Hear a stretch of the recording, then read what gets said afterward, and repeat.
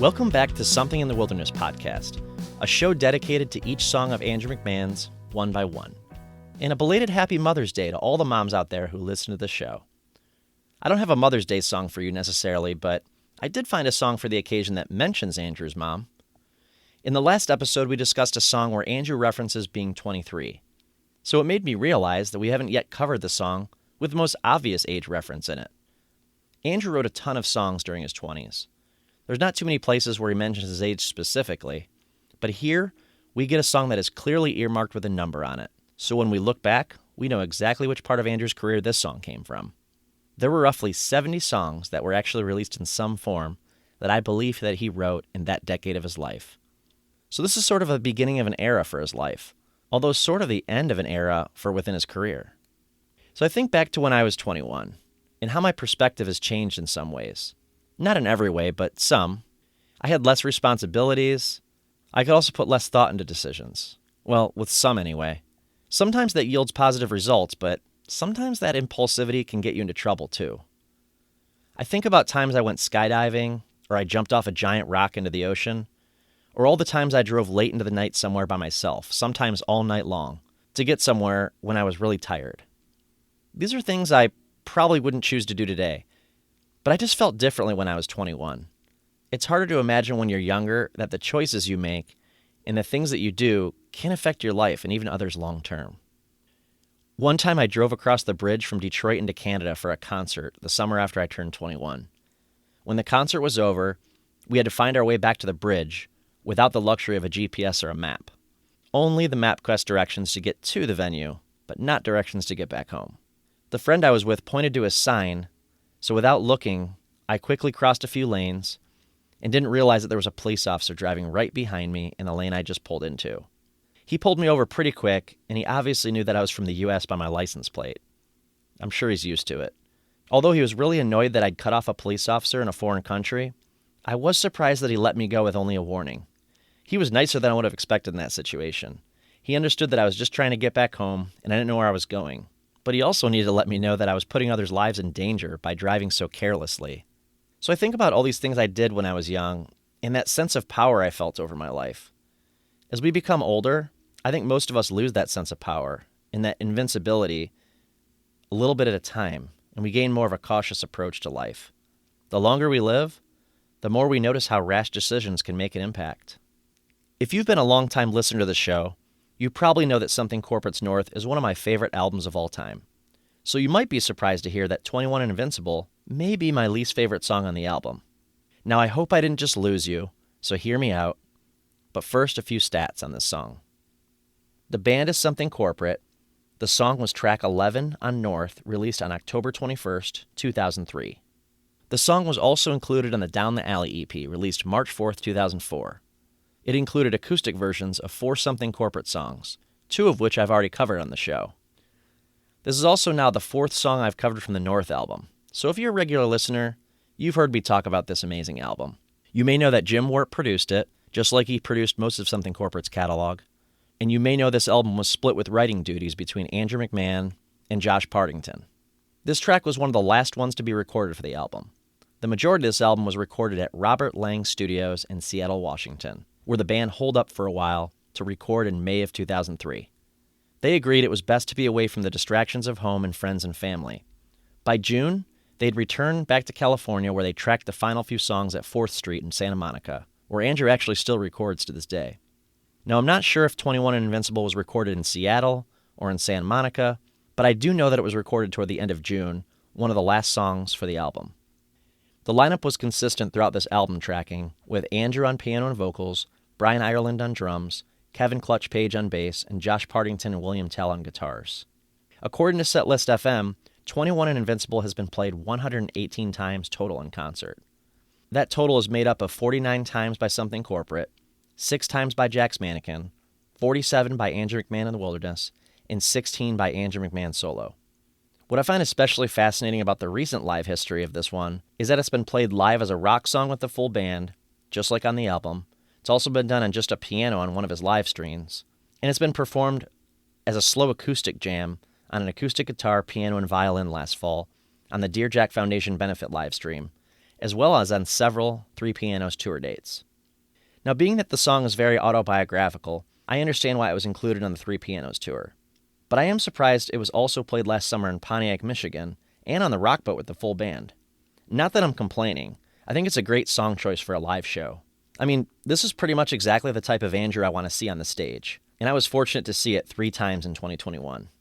I'll include a video of one of the Three Pianos performances in the show notes, as well as the Live at the Ventura in 2003 version, so you can see it both in its original form and compared to the latest rendition of it on stage.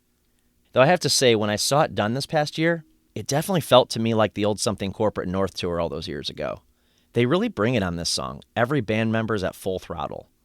In addition to all the love this song saw live this past year, I mentioned Andrew also played it on one of his live streams, but I missed that one. That was a private one that you either had to pay for or maybe it was invitation only. I don't know how I missed it.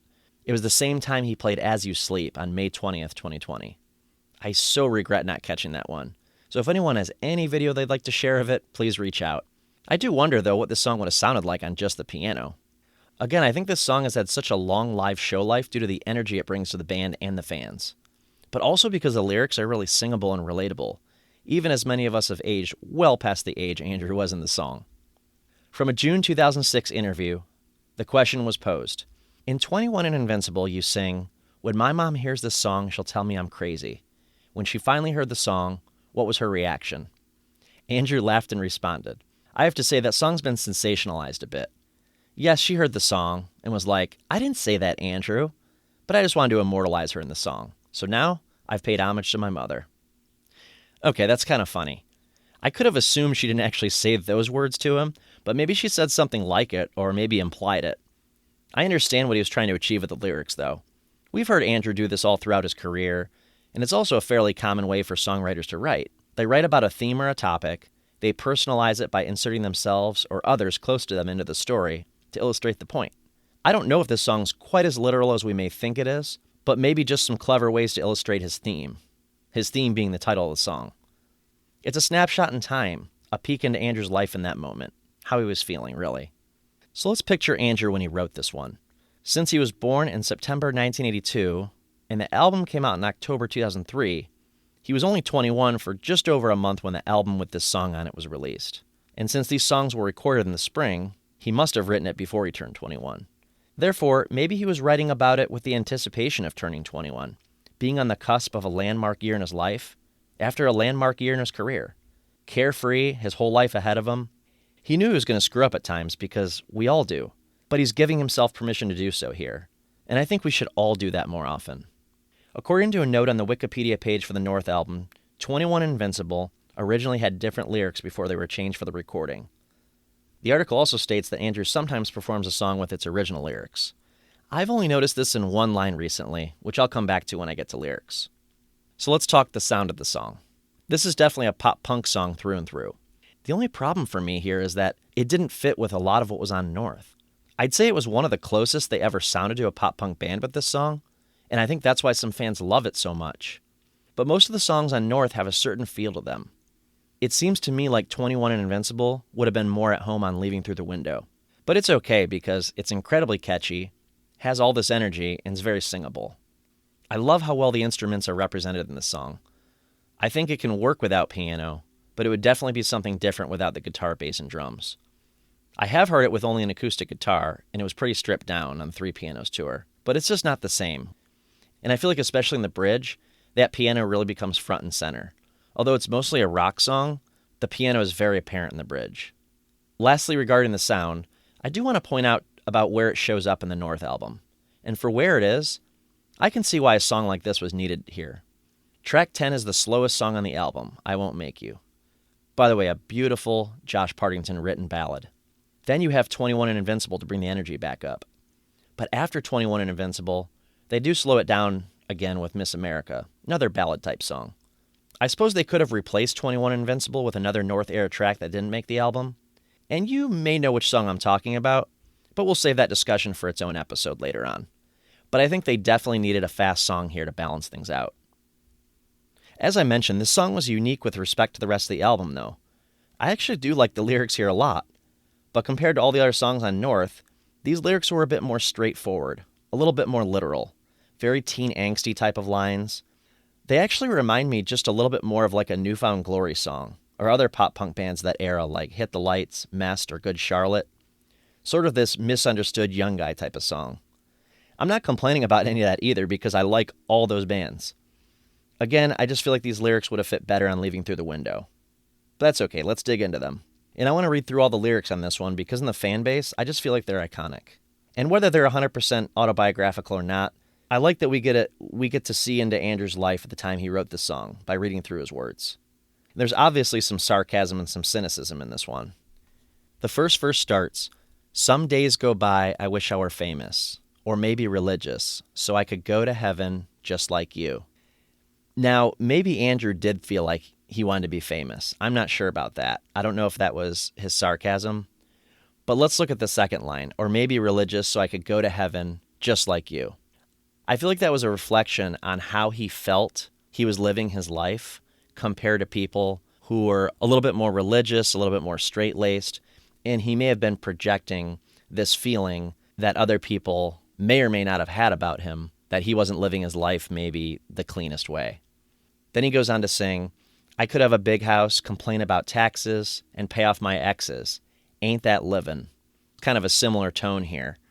Like, is this the goal here, to have the big house, pay more in taxes, have ex-wives, and is this really the way to live? And then lastly, in this verse, "No one makes fun of me because I can't stand up for myself." In recent live shows, instead of saying "because I can't stand up for myself," he says "because I cross my legs like a girl." And I don't know why, but that line bothers me when he sings that in concert. I'm assuming that was the original way he wrote it. It isn't printed that way in the North liner notes, but I'm not sure why he sings that, if it's just like an inside joke or whatever. I much prefer the "because I can't stand up for myself" line. That makes sense to me. Again, I think he's projecting what he thinks, the way he thinks other people see him. Like he's not enough of a man, or he's not strong enough, or he's not old enough to make these big decisions or something like that. So the chorus, of course, "Whoa, we're 21 and invincible. Whoa, can't wait to screw this up. In whoa, we're 21 and invincible. I'm in power for the hour. I guess today is going to blow us away." See, he feels invincible. He feels like he has the power over his life. He has control over his life. And everyone around him seems to think he's blowing it. But he knows he's in control, and he knows what he's doing. That's kind of the way I interpret it anyway. So let's move on to the second verse. And to me, the second verse is the most memorable of the song. "I've got a girlfriend, she tells me she needs me, and she loves me, we'll probably get married. Oh no, and everyone will bite their tongues so hard they bleed." Of course I'm thinking Kelly here. I can't think of anybody else that would have been in his life at the time. After high school, pre-everything in transit. They're young, they're in love, they're very serious early on. And he goes on to sing, "When my mom hears this song, she'll tell me I'm crazy. And she'll say to me," and you're probably singing it in your head right now, right? "Son, you're much too young. Go have some fun. Don't waste your youth like I did." Again, I think he's projecting these feelings onto his mom. Maybe he thinks she's judging him, as in, "Hey, you're getting married too young, or you're getting serious too young. You have this whole life ahead of you. You have this wild career. Go out, have fun, live it up, and then maybe think about settling down and getting serious when all that comes to an end, or when all of that kind of settles down a little bit." But I love that line, especially the end of it. "Don't waste your youth like I did." And again, he's kind of looking at his mom and saying, "I think she thinks this way about me," when in fact, she's the one who wasted her own youth. So we get another chorus, which is the same as the first, and then we get the bridge. And again, you're probably singing this one in your head too. "And it's been autumn since the day that I met you. If I hit bottom, must I crawl out alone? And I don't wish to know the secret to summer at all." Then we get a brief guitar solo in the final chorus. And of course, he changes "screw this up" to an F-bomb, just to kind of drive the point home. I do think that he uses it in a way that just kind of puts emphasis on this one thing without overdoing it. But again, he's projecting this feeling onto others around him, like, "Hey, watch me screw this up, everybody. I know that you've already told me that. I feel like I'm in control, but you all seem to know that I'm not. So just watch me while I screw it up now." And I gotta say, the bridge is one of my favorite parts of the song. I love that it's kind of like a silly sound. And again, I brought this up earlier, the piano comes back to the forefront. Despite the silly sound of it, in comparison to the kind of the serious sound of the rest of the song, the lyrics are the most serious here than in any other part of the song, right? And it's been autumn since the day that I met you. If I hit bottom, must I crawl it alone? And I don't wish to know the secret to summer at all. I don't know exactly what he's saying there in all those lines, but I do know that it's very poetic, and it reminds me more of the rest of the North album. I think that those Bridges lyrics fit very well with the rest of the lyrics on the album, by the way. Whereas, again, the verses are a little bit more tongue-in-cheek, not silly, but just relatable and literal. And again, tongue-in-cheek is the best way I could put it. My other favorite, and I don't want to glaze over this at all, is the line, because this is the line that we all sing in concert. This is the line we love. It's got to be the most memorable line of the song. Son, you're much too young. Go have some fun. Don't waste your youth like I did. All right, I hope you've all gotten good parental advice, and maybe you've had advice that you don't think was good parental advice. But sometimes we just want to figure out things on our own. Whether we're 21 or 41, we're like, we just want to, we know what's best for our own lives. And I'm sure we felt this way since we were teenagers as well, right? We feel this way from adolescence. We feel like we know everything. We're on top of the world. As we grow older, we realize, our parents actually do know what they're talking about. Still, as we get older, we still may experience that sometimes, right? There's a certain way that you're supposed to live your life according to society, according to our culture. And sometimes we want to rebel against that a little bit. And that goes for smaller decisions too. Maybe I want to jump off that rock into the ocean. Maybe I want to drive 3 cities away to go to see my favorite artist in concert. Other people may not understand that. Other people may call that silly or, dangerous or risky or whatever we might call it, Some of us have moved away to other cities just to have a life adventure, despite the advice of our families. Fortunately, I'm not in this position, but some of us have settled down with spouses or significant others that maybe our families don't approve of. So all that to say, I think mothers and fathers can be great advice givers. But at this point in Andrew's life, he just wanted to figure it out on his own. He was rebelling. It's kind of a punk rock song, right? That's what punk rock is about. It's about rebelling against the culture, rebelling against your parents, rebelling against the things people expect of you. And again, I appreciate the lyrics in this song a lot. So I'm just going to touch back to other versions of the song. I don't have the live stream piano-only version he did in 2020, like I said, but I will leave you a link to the live acoustic version that Josh Partington and Andrew did in 2003 together. Just a guitar and vocals, no piano. And Andrew has that classic something corporate era shaggy hairstyle. I can't tell for sure, but it looks like it was done for one of those radio promotion type of things. And speaking of other versions, I just want to touch back to the Down the Alley EP mentioned earlier in the episode. I'm not sure if the acoustic version of 21 Invincible has only the guitar or only the piano. I think it's only the guitar, though. But I don't actually remember if I've ever even heard this version. So once again, if you do have access to the tracks from the Down the Alley EP, I'd love to hear them. So some final thoughts. I started this episode stating that this was possibly my least favorite song on the North album, which I still believe and may have surprised you. Or maybe you agree. But besides the fact that I see North as a near-perfect album, if I haven't made it clear enough already, I actually love this song. And this isn't a new revelation. I think I loved it from the first time I heard it. I just happen to love every other track on the album at least a little bit more. And since this song felt a little out of place on the album to me, I think I may have appreciated it more on a different album, or as maybe a bonus track. Of course, if it was a bonus track, you'd probably hear me saying, it really should have been on the album. So, hard to decide. So on this album, you have some ballads, some hard rock songs. Most of the lyrics on the album are very poetic, and they feel more emo than pop punk. So independently, this song's awesome. I love when they bring it to the stage live. I love singing along to it. But when I listen to North all the way through, it just takes me a bit outside the album to hear this one in that spot. From an interview with Andrew in early 2003, before any of us had heard the North album, the writer quoted Andrew. I really appreciate the sentiment with what he says here, especially in the context of the song that he wrote when he was 21, and here we are talking about it almost 20 years later. Maybe the subject matter of our music applies most directly to a younger age group, but the things I sing and write about are universal concepts that we've all been through at one time or another. And I believe the more honest I am with myself, the more people get it. We do get it, Andrew. And that's why we as fans feel so connected to your lyrics. You're honest about where you're at in your life and what you're feeling, and you describe it so vividly that we can all relate to at least some facet of what you're saying. Is there an Andrew song that has special meaning to you that you'd like to talk about on the show? Email somethinginthewilderness@gmail.com and we'll set up a time. And thanks as always for listening. We'll keep these song episodes coming as long as you keep listening to them. I also have an idea for a bonus episode coming up here soon that I think you'll enjoy. So go on, you're much too young, go have some fun, don't waste your youth like I did. Sage advice.